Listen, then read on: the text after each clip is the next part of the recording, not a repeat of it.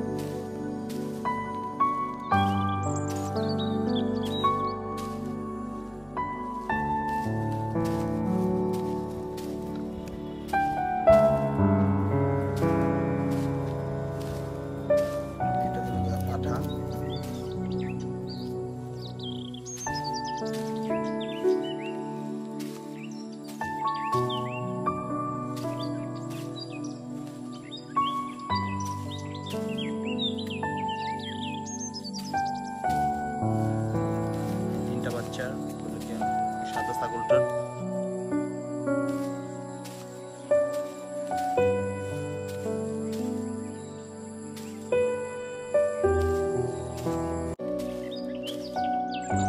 তো গাইস, কেউ যদি দেশি ছাগলের খামার দিতে চান তাহলে আমার থেকে নিতে পারেন।